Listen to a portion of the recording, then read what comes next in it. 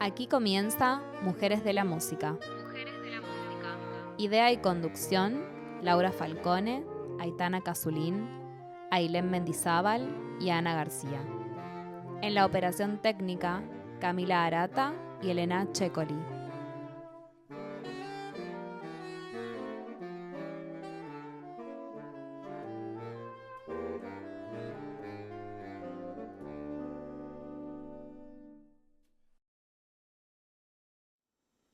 Muy bien, muy buenos días. Otro jueves con Mujeres de la Música, un programa de la radio del DAMUS, la radio de la Universidad Nacional de las Artes.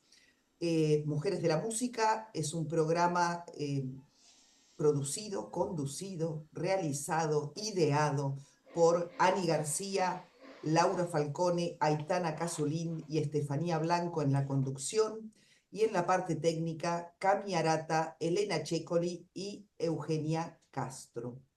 Hoy estamos con un programa grabado, estamos grabando a fines de julio, nuestra universidad todavía está de receso, pero ya estamos haciendo los programas de agosto.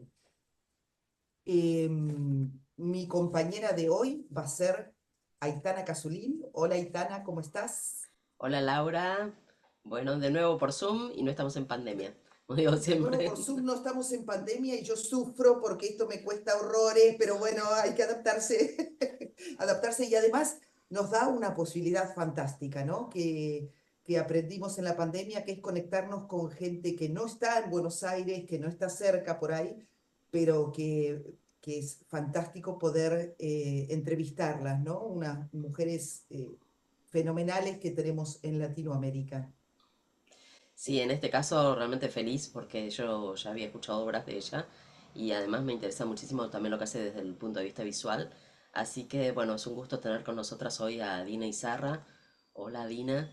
Eh, Hola, mucho gusto, encantada de esta invitación y bueno, dispuesta a compartir por un rato con ustedes. Buenísimo. Adina es una compositora venezolana que actualmente reside en Guayaquil, Ecuador, donde es profesora de la Universidad de las Artes y dirige la maestría en composición musical y artes sonoras. ¿Es así? Sí, sí, es correcto. Sí, vamos a Bueno, empezar una nueva cohorte ahorita en octubre, la sí, tercera cohorte de la maestría. qué bueno, qué bueno. Contanos, siempre nos gusta preguntar porque es como inspirador para nuestro alumnado. em, ¿Cómo es que llegás a la música? ¿Venís de familia de músicos? De nada, innovadora. No, en mi familia bueno, tenía una tía abuela que componía, digamos, sus cosas del principios del siglo XX, cosas de salón, por decirlo así, ¿no? Ajá. Pero nada, lo tradicional, me pusieron en clases de piano y luego fui al conservatorio, y ahí ya empezó Tenía una profesora de solfeo que era genial, Claro. como se llama Violeta Lares, como terminábamos rápido el programa que asignaba el conservatorio, entonces nos decía que trajéramos cosas de hacer ruido, yo traje, me acuerdo, afeitadora eléctrica, una coctelera, para hacer piezas en clase, y hacíamos todo como una orquesta de ruido. Imagínate, eso para el año 70 era súper, Una loca. súper, una loca. Ella venía de estudiar en Polonia, donde estudió Ajá. con toda esta gente que hacía las notaciones gráficas, que siempre me ha parecido un término redundante, pero sabemos de qué significa, y entonces hacíamos dibujos y tocábamos, y eso digamos que me sembró por ahí la parte creativa, ¿no? Y de ahí pues ya, Fantástico.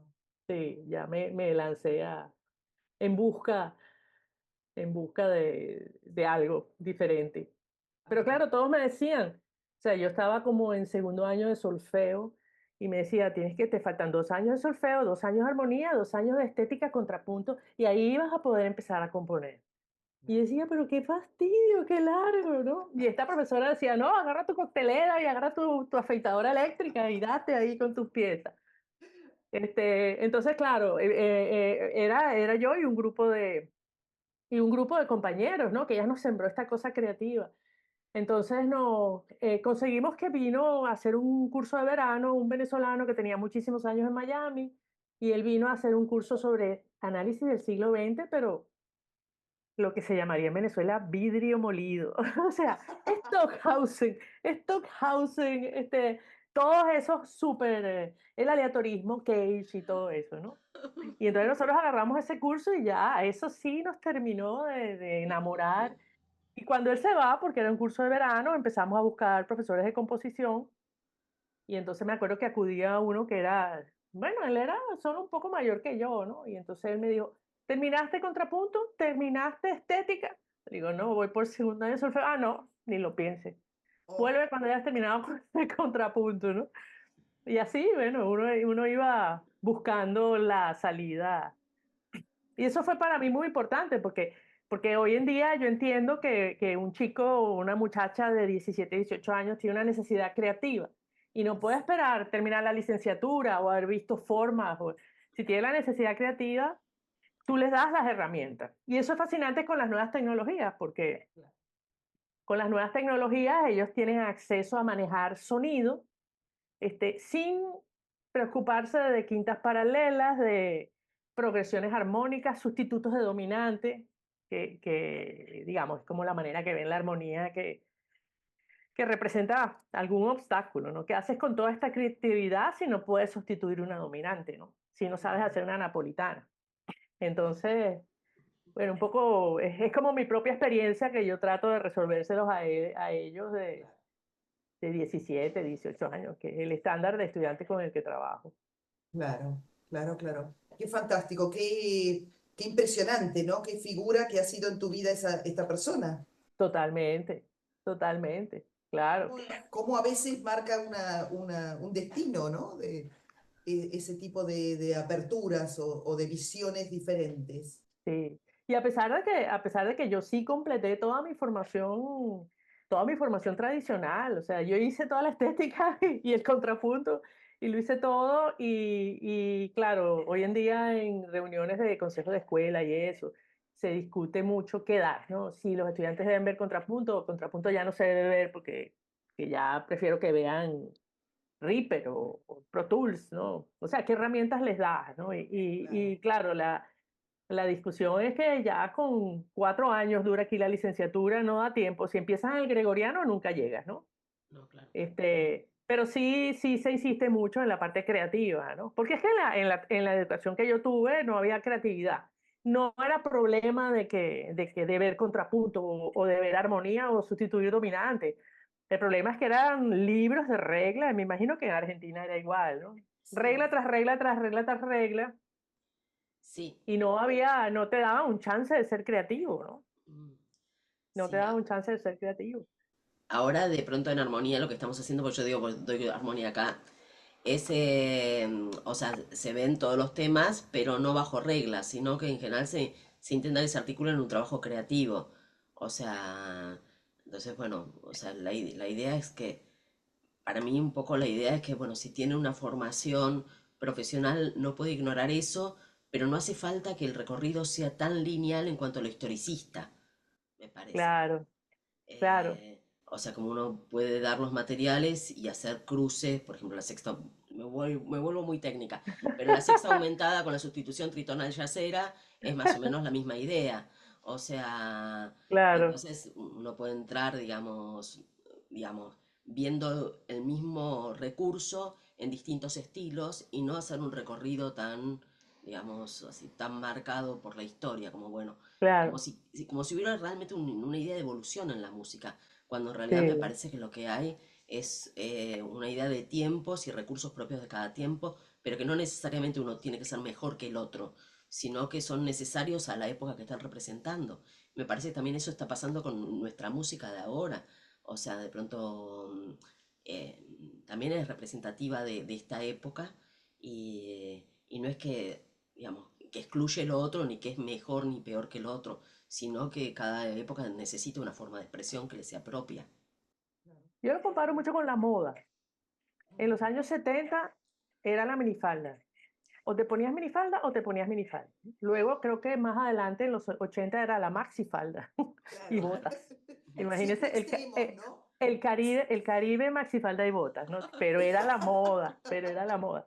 Y hoy en día, los hombres con el pelo, ¿no? Eran pelos cortos o pelos largos. Y luego hoy en día tú ponte lo que te dé la gana, lleva el pelo como te dé la gana. Y creo que en las estéticas musicales es igual, ¿no? Cuando yo estudié en los años finales de los años 70, o eras atonal o eras atonal. O sea, no había un caso de que tú fueras a componer algo en do mayor, o en re menor. Era terrible, ¿no? Y de hecho, mundialmente, a ti no se te ocurría mandar una obra a un concurso internacional tonal, jamás. Y, y bueno, hoy en día eso no importa, ¿no? Eso no importa, lo que importa es la calidad y el sentido. Yo me acuerdo que eso ya mucho más tarde, yo fui a un festival de estos de las internacionales de música en Corea y yo llevé una pieza, era electrónica, pero era en do menor. Y entonces, nada, la gente así como que, ay, está chévere, ay, felicitaciones, así como que, y todo lo demás era vidrio molido. Claro. Bueno, un Este, poco, sí, eso te quería hablar de tus piezas, porque lo que encontraba era, o sea, como de pronto elementos étnicos o recursos así de melodías muy bonitas, digamos, insertas, digamos, en la pieza, o incluso me llamó la atención en Germinar, que la estaba escuchando con cuidado, hay toda una parte que es muy tecno, o sea, como hay una base técnico y sobre eso hay mucha electroacústica. Entonces, digo, qué bueno permitirse esa libertad en la sí, composición. a mí bueno, a mí la tonalidad total nunca realmente me gustó, ¿no? Este, descubrí así de repente a Berio, ¿no? Que Berio era consonante y era atonal y era libre y era aleatorio, pero era consonante, wow, enamorada total, ¿no? Es más, yo oigo obras de hace muchísimos años y decía, pero yo he copiado a Berio en su totalidad. Sí, y luego un director de teatro que estaba haciendo El Príncipe Constante de Calderón de la Barca. Ujú. Él me decía, esto lo escribe Calderón de la Barca en el siglo XVI, siglo XV, este, pero es una historia del siglo XI. Entonces, claro, los montajes tradicionalmente lo hacen con vestimentas y eso del siglo XV, pero es una historia del siglo XI. Entonces, él me dice, yo quiero hacerlo que con música electrónica hagas música barroca. Y yo, wow, ahí tuve que sacar mis libros de armonía y empezar a hacer cosas tipo, ¿cómo se dice? Bajo cifrado, con teclados electrónicos ahí. Pero eso era para una obra de teatro, ¿no? Pero me encantó. Entonces yo dije, bueno, pero ¿por qué no envenenar las cosas con tonalidad? Y por ahí me fui, ¿no? Por ahí me fui. Y luego caí en lo medieval con la cadencia Landini, que me encantaba, y por ahí, o sea, mezclar cosas que sí, con trabajo de clúster, así tipo Ligeti, y terminar con una cadencia Landini, ¿no? Este, por ahí me iba yo. Fantástico, Está buenísimo. fantástico. Igual, o Eh, sea, ay, perdón, me no, decime, gustó decime. digamos, la relación que hiciste con el tema de la moda, ¿no? Porque me parece fue súper claro el, digamos, el vínculo entre moda y, y un poco también lo que fue pasando con la Estilo, pues. música académica. Mm. Sí, yo me acuerdo que yo fue una reunión, nos reuníamos a escuchar música, ¿no? Y entonces, tendríamos menos de 20 años y poníamos discos y los discutíamos y tal. Y entonces pusieron un disco de un compositor venezolano. Este, para mí todo era súper nuevo. Es más, ahorita ni siquiera te sabría decir qué estilo era. Y entonces uno de los compañeros dijo, obviamente él no tiene idea. Y todos estuvieron de acuerdo, sí, obviamente él no tiene idea. Y siguieron de largo, pusieron. Y decía, ¿cuál es la idea que el tipo no tiene? ¿Qué es la idea que él no tiene? ¿Cuál es la idea que hay que tener? Pero ellos parecían todos tan seguros y yo Convencidos, convencidos. convencido de que este señor no tenía idea. Qué Igual fantástico. yo creo que me parece que lo que había en ese momento era una especie de, bueno, un dominio cultural europeo muy fuerte sobre toda Latinoamérica. O sea, el no tener idea significaba no sabía cuáles son los cánones que están circulando en este momento en Europa. Y en este momento me parece que hay una cosa que la información está circulando de una forma mucho más, no tan vertical, mucho más horizontal. Entonces, que el tener idea era pasar por Darmstadt, pasar por tal lugar, pasar por tal otro y pertenecer a los cánones que estaban de moda en determinados centros. En cambio, ahora los centros están mucho más diversificados y me parece que eso ha impactado en que toda la producción es mucho más diversa también. No sé si Sí, opinas o... sí, la pregunta es, ok, bueno, mira, nosotros, yo ya he corrido como 40 años en este tema. No sé si sería un problema de que ya no hay modas o que ya no me importan. O sea, yo no sé si Claro. es Claro, mío exacto. personal, de que ya no me importan, de que ya no, es que ya que el estilo, ya sea Darsa o lo que sea, no dice nada de la pieza. O sea, la Claro. pieza puede ser mala, atonal, o buenísima, atonal, y viceversa, ¿no? Pero yo me pregunto qué están sintiendo los más jóvenes. Acabamos de hacer la semana pasada el recital de los grados de varias de las obras de los que salieron de la maestría. Y para mi propia sorpresa, a ellos lo que les fascinó fue la atonalidad. Porque claro, es totalmente ajeno a ellos. Ellos ahorita no escuchan atonalidad por ninguna parte. Y las 4 obras estaban cargadas de atonalidad y de ese flotar arrítmico propio de la tonalidad. Sí reconozco que hubo otra gente que hizo sus cosas folclóricas y tal. Pero estos 4 que escuchamos, este mundo, bueno, yo podría decir que es de los años 60, ¿no? En mi libro, pero para ellos es súper atractivo. Entonces, bueno, habría que ver Sí, cuál es lo que está pasando allá adentro y qué van a pensar ellos dentro de Sí, 40 años, ¿no? claro, totalmente. tal cual. Bien, ¿les parece? Recién, Vamos a... Sí, perdón. sí, que Vamos a escuchar mencionaste la Germinar. obra Germinar, exacto. Vamos a escuchar Germinar, verbo intransitivo, una obra colaborativa. Escuchamos o vemos un poco y un fragmento, porque, bueno, dura 12 minutos, y después hablamos un poquito de esto. ¿Les parece?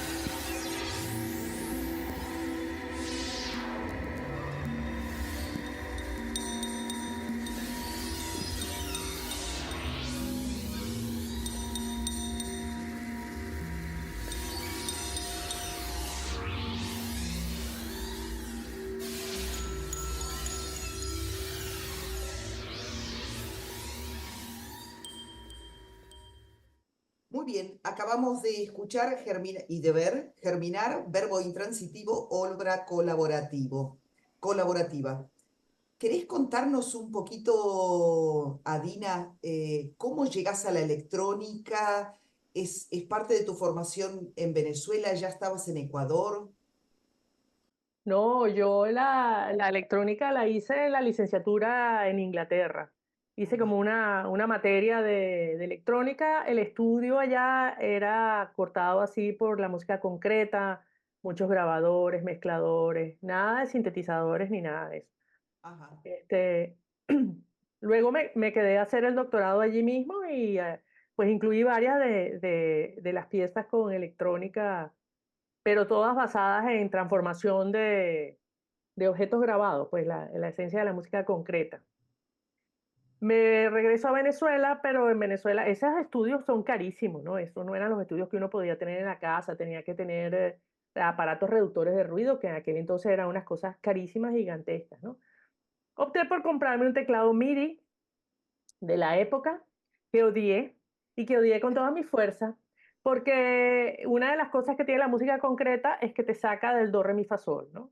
Mm. Y cuando tú regresas al teclado MIDI, por sonidos extraordinarios que tengas ahí, y como yo soy pianista formada, entonces la mano misma buscaba, y entonces ya ahí hice algunas cosas, así hice algunas cosas para teatro, y participaba en un ensamble, pero realmente no me llamaba la atención y abandoné.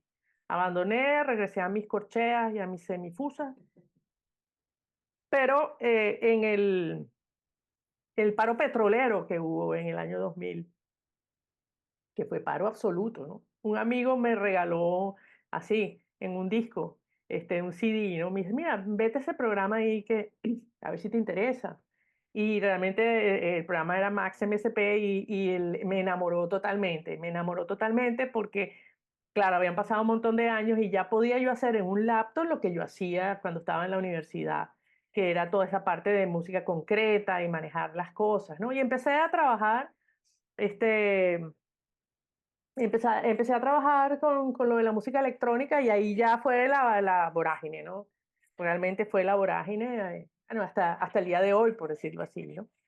Este, ya no me importa tener un teclado, ya ese trauma me lo quité. Ya está, ya está. Sí, ya me sané. Bueno, pero por suerte seguís escribiendo algunas cosas para instrumento, pues si no, nosotros, ¿qué hacemos? Vos tenés un trabajo con instrumentistas fantástico hecho, también. Sí, sí, tú sabes lo que ha pasado, bueno, yo en Venezuela tuve la suerte de trabajar con instrumentistas increíbles, hasta Sí. me casé con uno, entonces, y claro, nos vinimos a Ecuador hace 8 años, ya, hace 8 años, y claro, no, por lo menos en Guayaquil, no hay ese interés en la música contemporánea, en tocarla. Entonces, no podía yo componer eternamente para guitarra y electrónicos, ¿no? Claro. Entonces, bueno, empezamos como a improvisar, a trabajar con electrónicos y ya he escrito cosas aquí, no tantas, realmente como una al año. Escribí una obra para Fagote, para la cuestión esta internacional, de Doble Caña, el festival el encuentro, la conferencia internacional de Doble Caña. Y escribí una para flauta y electrónicos, para el concurso de Chicago, obra obligatoria de hace como 3 o 4 años, del concurso de Chicago. Y escribí un cuarteto de cuerdas el año pasado, full formalidad, pero no mucho, son todas cosas para el extranjero. Y aquí la actividad Encargadas. básicamente son cosas encargadas de fuera. Y aquí la actividad básicamente es el grupo de improvisación que tenemos, ¿no? Ujú. Pero sí, bueno, realmente la, yo no tengo tantas obras acusmáticas, por decirlo así, ¿no? Porque siempre me interesa mucho el trabajo con instrumentistas. El trabajo con instrumentistas, yo empecé con esta idea no me gustaba tanto la cinta y el track, pues, y el instrumentista, se aburrían, ¿no? O sea, es música de cámara con un muerto, ¿no? Es un karaoke. Es un karaoke, pero para el karaoke uno siempre tiene unos tragos y es diferente, ¿no? Entonces, Tal cual. claro, empecé con cosas que sí, procesos electrónicos sencillos como con delay, ¿no? Que ellos manejan el delay y todo esto. Y entonces empecé como a diseñar procesos de transformación que se manejaban con pedales y con botones y reconociendo una nota, pitch tracking que se llama, ¿no? Y se volvió súper, súper complejo. Y me acuerdo que una vez íbamos a ir a tocar a México y Rubén, o sea, era como el hombre orquesta, tenía un pedal, tenía un botón. Y yo no me acuerdo qué fue lo que pasó y él dijo, no lo hago, yo toco y tú te lanzas los electrónicos. O sea, ocúpate tú de eso, yo no puedo, era para teorba, ¿no? Y entonces el problema de la teorba, sabes que la teorba no se asienta en el cuerpo como la guitarra. Claro. Cada vez que él levantaba el pie para darle al pedal, que activaba una cantidad de procesos electrónicos, Se le movía la peor. se le movía la teorba, ¿no? O sea, llegó un momento y no puedo, no puedo, no puedo, hazlo tú. Entonces empecé yo a, y claro, yo lo tenía todo escrito en partitura, ¿no? En el compás tal, tal cosa, en el compás tal, tal cosa. Pero es muy difícil ver la pantalla con los electrónicos y los procesos y con el ratón, darle a la cosa y ver la partitura. Y lo primero que yo encontraba es que cuando regresaba a la partitura me había perdido. Entonces llegó un momento que dije, chao partitura, él ve la partitura y yo improviso con los electrónicos. O sea, claro, el diseño en software, la interfaz que yo veía y hacía ya era totalmente diferente, no dependía de compás 5 aquí, compás 6, sino ya era yo sola con los electrónicos improvisando. Y teníamos estos gestos propios de música de cámara que de repente, o sea, hay un punto específico, él me hace la señal o por supuesto cuando vamos a terminar, entonces ya yo sé cómo quiero el final. Y entonces así eso fue creciendo todavía con partitura escrita. Esta pieza para guitarra, Gingiringongo, está hecha así. O sea, la música está toda escrita y tiene puntos como calderones donde yo entro un poco a mi gusto, ¿no? Yo tengo como unas 25 posibilidades y ahí voy, improviso sobre las posibilidades, ¿no? Entonces, en eso he de decir que por ejemplo, mm, em, no están, o sea, no tengo unas partituras finalizadas, ¿no? Son todos Claro. sketches para improvisación, yo desde el punto de vista de los electrónicos. En estos días, una chica de guitarra, por cierto, argentina, me pide una pieza que se llama Ciclos Circadianos, que está en YouTube y está grabada en un disco y tal. Y esa pieza, tiene un track, de hecho, tiene un track y tiene la parte escrita, pero no tenía puesto esto aquí, esto acá de la sincronía. Y sobre todo como es un homenaje a mi profesor de composición, pues tenía indicaciones de improvisar sobre una pieza que él había escrito una vez, ¿no? Bien, claro. Entonces ella me dice, pero yo quiero la pieza. Y yo digo, bueno, pero tengo que sentarme a... Entonces Rubén, ¿te acuerdas que hacía? Vamos a ver la grabación hace 10 años de la pieza. Pero esas son las cosas que van pasando. Ya no me importa tanto. En otra Ajá, época sí me hubiera importado, ¿no? Pero ya no estoy tan aferrada a la partitura. claro, Y me pasa claro. también que entonces en la misma onda, ¿sabes? Me llaman de una pieza que tiene 35 años. Mira, que tú escribiste re, pero tal persona la grabó con re sostenido y tal persona es un re que no es sostenido, pero qué indicación. ¿Tú qué opinas? ¿Qué hago? Ya lo que te dé la gana. Lo que te guste, claro, lo que te Lo que guste te dé más. la gana. Había una, me acuerdo, que era que si dale con el do, que era con un re, creo que sí es que el re, que si empieza en re sostenido, que la oí por fulano y empieza en re sostenido, y me engana la 100 re, ¿cuál es la que tú autorizas?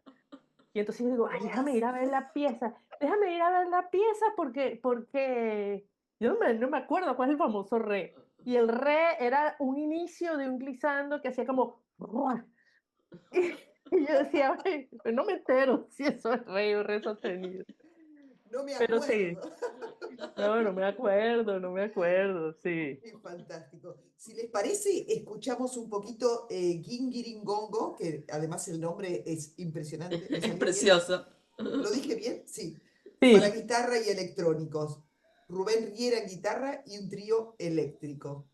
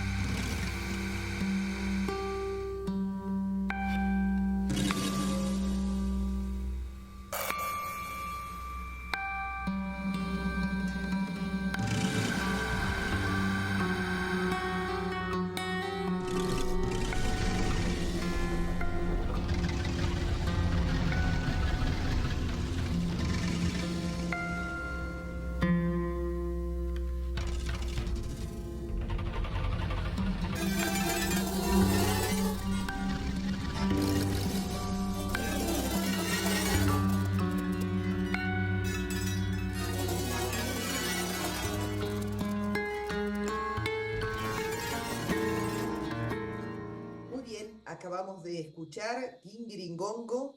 ¿Cómo me aprendí? No lo puedo creer. Para guitarra y electrónica. Rubén Riera en guitarra y un trío eléctrico. Bueno, aclaramos, es un fragmento porque no daría el tiempo entero del programa, pero todo esto se puede ver en tu página, ¿no es cierto, Adina? Sí, en mi página de YouTube, en mi usuario YouTube. Exacto, ahí lo pueden ver, súper, súper interesante. Y además hemos elegido algunas de las cosas que hay, así que invitamos a que vayan a la página de Adina. Adina, ¿qué es Gingiringongo? Guinguiringongo es una palabra guayaca para el sub y baja de los parques, ¿no? ¿Sabes? Un niño se sienta de un lado y el otro y suben y bajan. Ajá. Y aprendí la palabra en una clase de yoga donde me decían como un guinguiringongo y yo pensaba que era sánscrito, ¿no? Eso tiene que ser del sánscrito. Eso es Si un estoy en la asana. clase de yoga. Eso es un asana que yo no conozco, ¿no? Un asana especial guinguiringongo. Y entonces me dicen, no, no, no, guinguiringongo, el columpio de los parques. Y me enamoré de me enamoré de una de la palabra. Y entonces, claro, hay una cantidad de procesos que hice que suben y bajan en la obra. Hay unos procesos electrónicos que se llaman escalera de Shepard, que es como ¿sabes? Las cosas que ponen en las barberías, ¿no? Que es una Sí. línea que sube Ah, sí, infinitamente, sí, ¿no? sí, sí, Bueno, en ese sí. proceso existe música electrónica, Sí. y lo diseñó un señor que se llama Shepard. Y bueno, hay muchas teorías al respecto. Entonces yo traté de implementar esa idea de sube infinito y baja infinito dentro de la pieza y por ahí uno se va. Un guingiringongo. Un guingiringongo, Hay fantástico. algo que yo quería como rescatar, que vos hablas de audio reactivo y un poco tiene que ver con lo último que estabas conversando, ¿no? El audio reactivo, mi pregunta es, ¿tiene que ver con la parte que van trabajando entre electrónica y el intérprete o el audio reactivo también está asociado a lo visual? Porque también hay un trabajo visuales en tus presentaciones. Mira, el audio reactivo es un proceso relativamente simple de programación, donde la máquina recoge volumen, por decirlo así, Ah, y entonces te dice, es una operación booleana.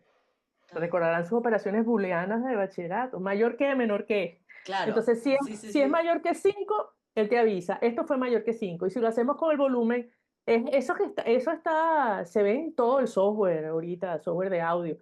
Hacen diferentes cosas con eso, ¿no? Si es mayor que tal, entonces tú ahí Claro, le das opciones, va, activa hace algo. tal Entonces, cosa. eso lo puedo hacer disparando sonidos, abriendo filtros. O lo puedo hacer con imágenes, ¿no? Entonces, si tú estás trabajando algo tridimensional, por ejemplo, tú le puedes decir, bueno, cuando el audio sea mayor que, entonces dispara una esfera que dé vuelta. O si tienes una forma así más amorfa, que esa forma gire. O que, qué sé yo, cambie de colores. O sea, cualquiera de los parámetros programables dentro del visual los puedes hacer tú activar Y los con audio, ¿no? y se Con activan a audio, través ¿no? de volumen y también lo puedes activar a través de alturas. O sea, darle rangos de alturas, Sí, de frecuencia.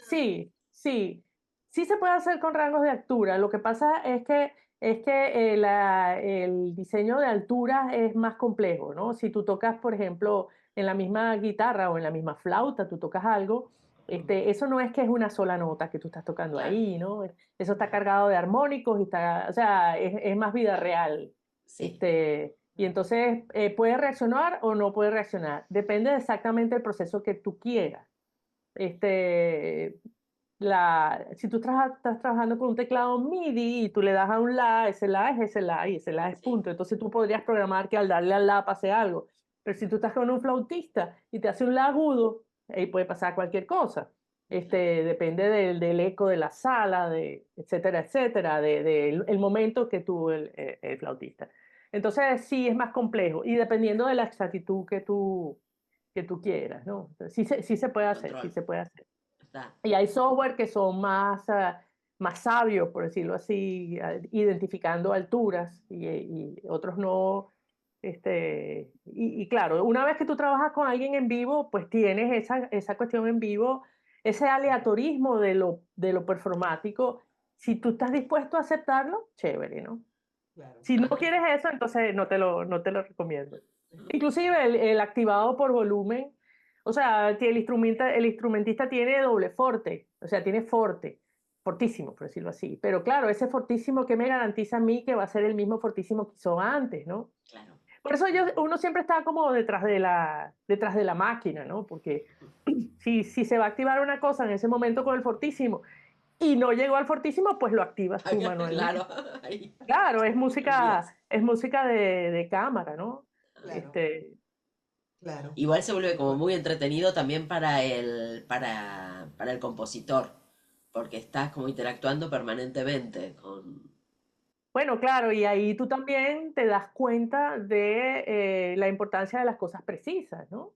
Cuando tú, entonces llegas a conclusión así como que, bueno, yo escribí fortísimo, pero me da igual que sea forte o me da igual que sea triple forte, funciona para mí, como dicen Claro, los comerciales, funciona para mí, ¿no? Y a veces con las notas también, ¿no? O sea, llegó a un re o llegó a un mi o le provocó hacer un fa. Es el tema de la improvisación, que se ha usado tanto en la música contemporánea, ¿no?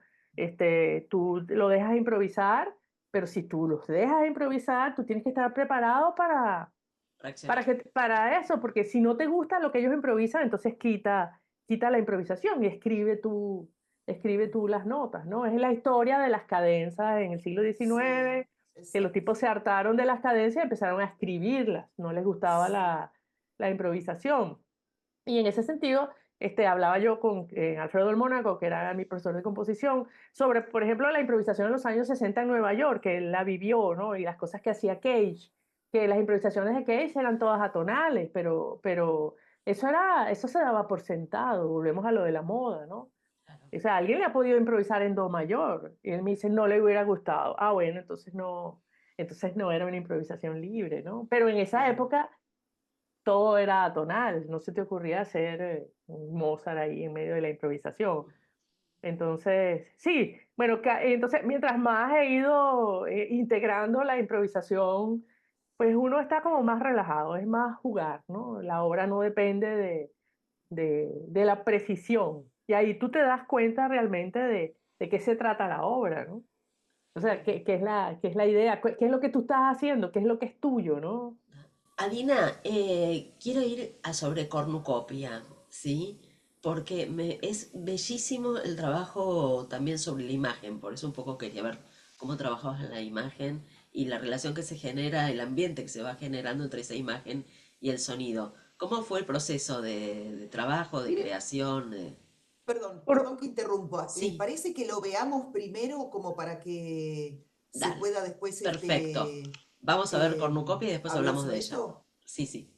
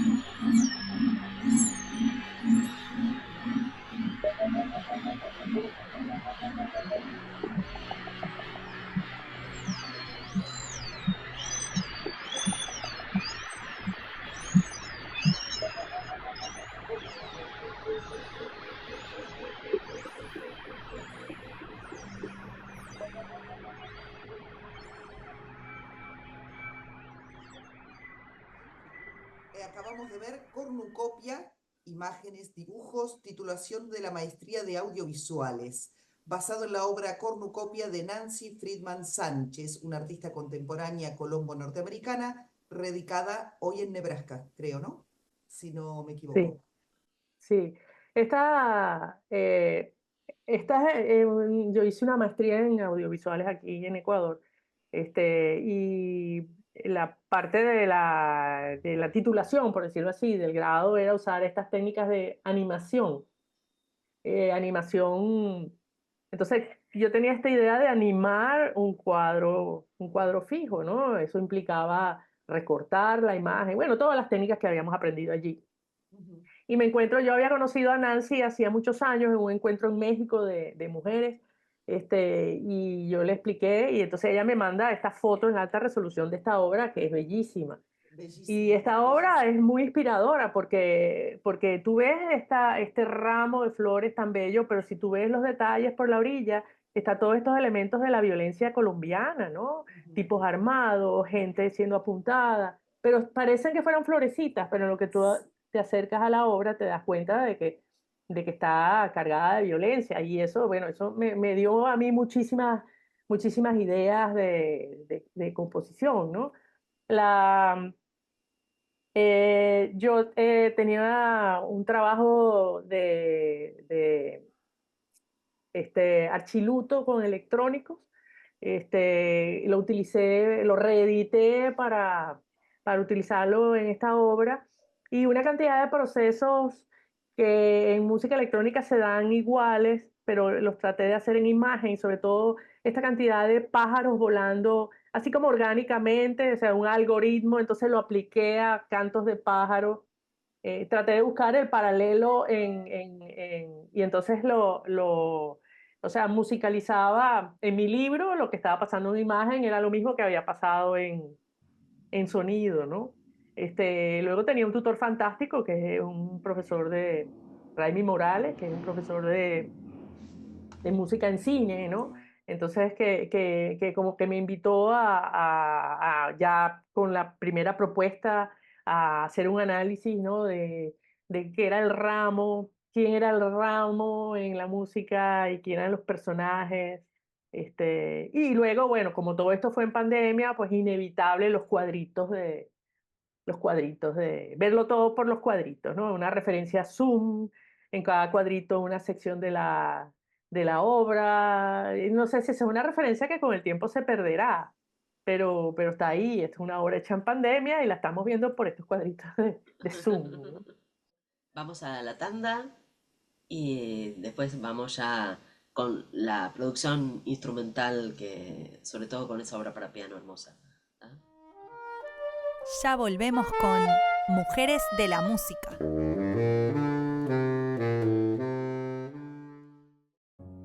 Creamos mundos sonoros y te invitamos a habitarlos.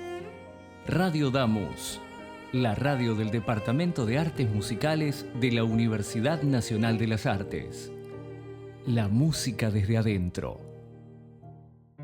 Todas las músicas, entrevistas, agenda institucional, reflexiones y debates.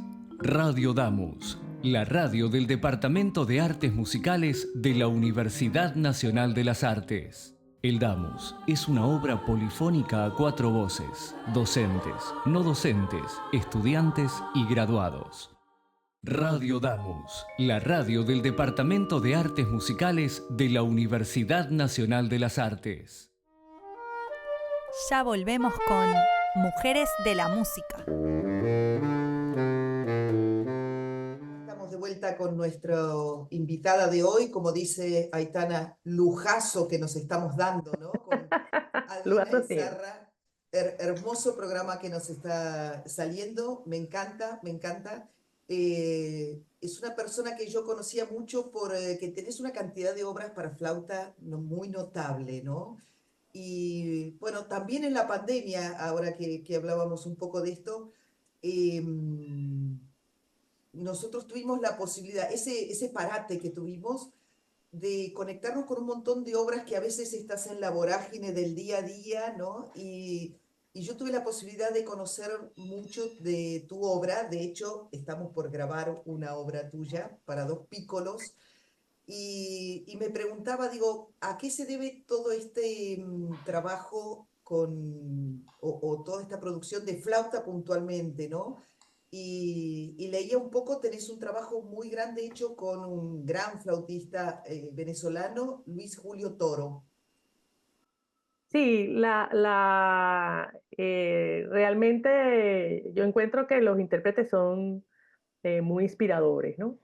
Luis Julio, bueno, tipo extraordinario, lleno de ideas fantásticas, ¿no? Y la primera idea de él, lo primero que me pide es esta obra para Piccolo, porque él dice que él subía al Ávila, que es la montaña inmensa que hay frente a Caracas. Caracas es, creo que, una de las ciudades con más biodiversidad en pájaros en Latinoamérica, para ser ciudad, ¿no? Para ser Sí, metrópolis, sí.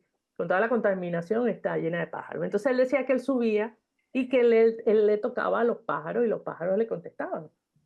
Lo cual, si tú te pones a ver la gente que le canta a los pájaros y que hay silbatos especiales y todo. Y bueno, entonces que le escribiera una pieza con los cantos de los pájaros. Y me dio un disco que él tenía en su colección, un LP, de alguien que había recopilado cantos de pájaro en los años 60 en Venezuela y que estaba ahí descrito. Entonces, bueno, escuchando los cantos de pájaro, pues le escribo esta obra que él tocó, y creo que todavía la toca, ¿no? Infinitas, infinitas veces. Después de eso me pide el concierto de flauta, que ya Esta es obra, normal. perdón que te interrumpo, esta obra que decís es Plumísimo, ¿no es cierto? Plumismo, plumismo. Plumísimo, sí. Sí. Y bueno, ahí esta está llena de técnicas extendidas. De hecho, yo creo que es la pieza que más técnicas extendidas alguna vez yo usé, pero eran técnicas extendidas que él me sugería, ¿no? Entonces, es interesante porque el trabajo con el intérprete es fundamental, ¿no? La obra tiene que funcionar. Y no es que tú cuando terminas la obra la imprimes y se la das, no, ahí había un constante de relacionarse. El tema de los multifónicos, por ejemplo, que como ustedes sabrán, pues depende de la flauta y depende del Exacto. flautista, ¿no? Sí, Entonces tú haces un montón de trabajo buscando una digitación y después al otro flautista o con otra flauta no funciona. tal cual. Él en ese caso, por ejemplo, descubrió que si tú frulabas el multifónico, siempre cantaba, ¿no? Entonces, claro, se hizo un trabajo de investigación muy importante con el libro de Robert Dick, Sin Falta, Sí, sí. todas estas cosas. Tienes ahí todo, los bending, los multifónicos, los frulatos, sí, realmente se trabajó muy conjuntamente.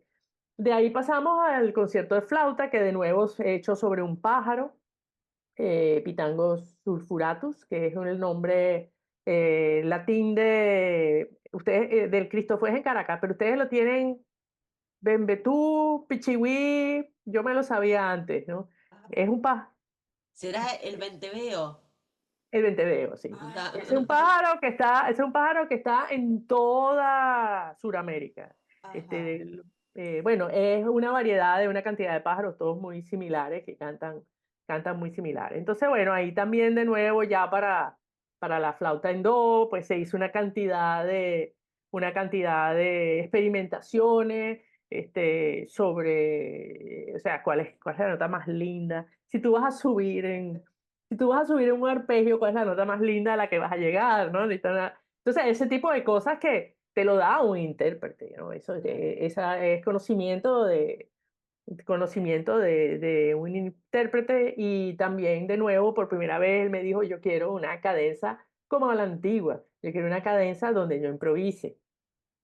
Entonces yo le digo, bueno, ok, yo te voy a dar como 4 acordes y el director va avanzando como 4 calderones de acordes y tú vas improvisando sobre cada, sobre cada acorde, ¿no? Y entonces, bueno, volvemos a lo mismo. Hay gente que ha querido escribir su cadenza, ¿no? Que no puede improvisar en el momento.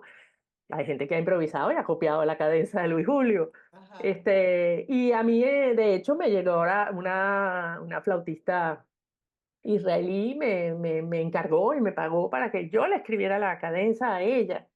Y él decía, bueno, pero es que es como lo mismo, ¿no? O sea, ¿qué es la cadencia sino improvisación sobre los mismos cuestiones? Sí, pero yo no sé improvisar, tú escríbeme la cadencia. Entonces, sí, o sea, poco a poco ahí iban entrando todos estos procesos de que uno tiene que trabajar con el intérprete, ¿no?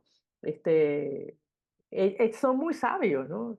De la misma manera, yo trabajé con la guitarra es dificilísimo de escribir, o sea, para que te suene a guitarra, porque yo puedo hacer tin, tin, tin, tin, ¿no? Pero para Claro, que realmente cante, como dicen ellos, o el arpa sí, clásica, ¿no? El arpa claro. clásica es todavía más difícil. O sea, Como yo contaba. aprovechar al máximo el instrumento también. Claro, claro. Yo tenía por muchísimos años, trabajé para Luis Julio, para Rubén en la guitarra y para Marisela González en el arpa clásica, este, de esa manera, ¿no? Esto suena mejor una octava más arriba, o esto aquí no rueda, ¿no? Que era el término en arpa, esto no rueda, hazlo así, te propongo esto. Y bueno, uno acepta, yo la mayoría de las veces, o sea, yo creo en el conocimiento y en la sabiduría de alguien que tiene 30 años tocando un instrumento, ¿no? Y que te Claro. propone que aquí va a sonar mejor y por qué no ponerlo, ¿no? Sí, sí, sí, sí. ¿Les parece que escuchemos la última obra que seleccionamos, 32 Bright Clouds Ariet? No sé cómo lo pronuncié.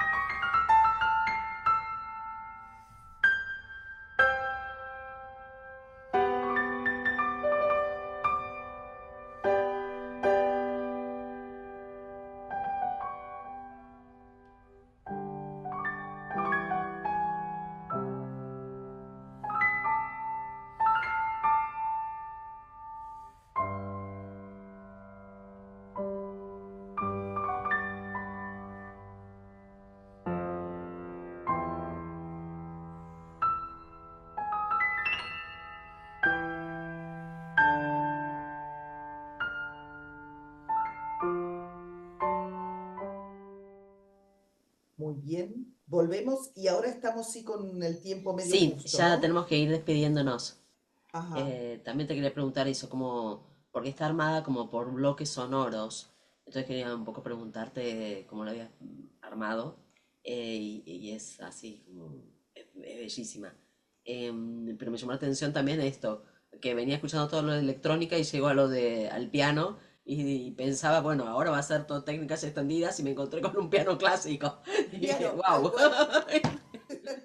Ok, este es un proyecto precioso de esta pianista norteamericana que ella quiere hacer las 32 sonatas de Beethoven eh, acompañadas de una pieza por sonata, que se inspire en la sonata y al mismo tiempo que incluya el tema de paz de la Misa Solemnis de Beethoven, todo en este movimiento de paz. Entonces, ella ha encargado más que todo, por países con problemas sociales, con problemas de guerra, con problemas. Entonces me contacta a mí.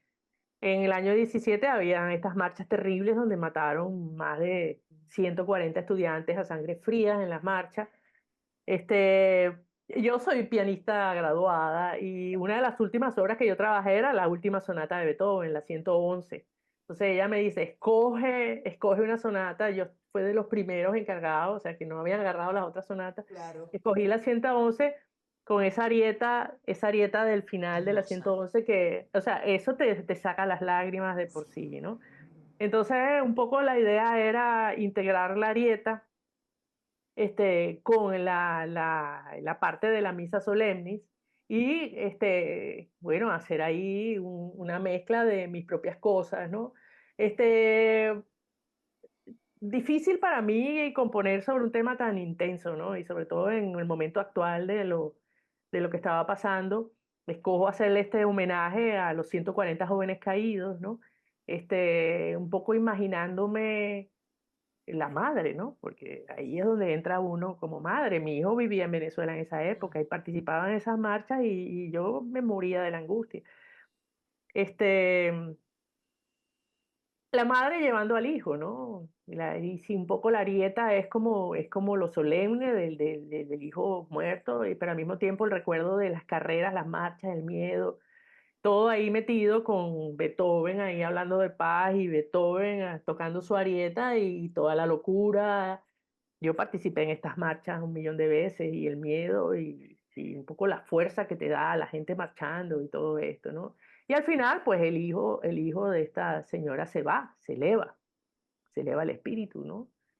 Entonces, de nuevo, muy inspirador la idea que ella me propone, sin duda muy inspirador y, bueno, Beethoven todavía más inspirador y luego que yo toqué esa obra y a mí me encantan esas obras grandes donde uno se mete a trabajarla por 2 años, ¿no? Tú sabes, es un proceso mental que quien no lo ha hecho, pues se lo debe, ¿no? Tú estás trabajando una obra 2 años, ¿no? Entre que te sale la parte técnica y que entiendes al compositor y es Sí. la última obra, eso es. Yo lo había hecho hacía muchos años, pero regresé y oí mil versiones de Paulini, de Arrau, de la Arieta y ya me quedaba tocándola y tocándola. Y ella la hace espectacular. O Es sea, hermosa. ella agarró el espíritu total de la obra y lo ha tocado un montón. Este, y el proyecto se llama 32 Bright Clouds, ¿no? Ajá, La obra se llama Arieta para los 140. claro, Este, claro. y sí, efectivamente, Beethoven está ahí. Bueno, Hermosísimo, hermosísimo. nos vamos despidiendo con esa hermosa obra. Sí. Bueno, Adina, ha sido un placer tenerte. Eh, mm, esperábamos este programa con muchas ganas. El placer ha sido mío. Realmente, bueno, aquí en el programa y en las preparaciones previas nos hemos reído un montón. Me encantó Exacto. conversar. Muchísimas gracias por interesarse en mi trabajo y bueno, por esta promoción del trabajo de las mujeres que también es encomiable. Sigue siendo importante, a pesar de que ya estamos en el siglo XXI, sigue siendo importante visibilizar el trabajo de las mujeres. Sí, Muchísimas gracias. parecería increíble, ¿no? Que tenemos que seguir haciendo estos programas, pero bueno, acá estamos. Muchísimas gracias. Nos Bueno, despedimos. y nos despedimos. Nosotros nos vemos el próximo jueves, creo que presencialmente, ¿sí? Así que bueno, hasta la próxima semana. Chau, chau. Chao, muchas gracias. Esto fue Mujeres de la Música por Radio Damus.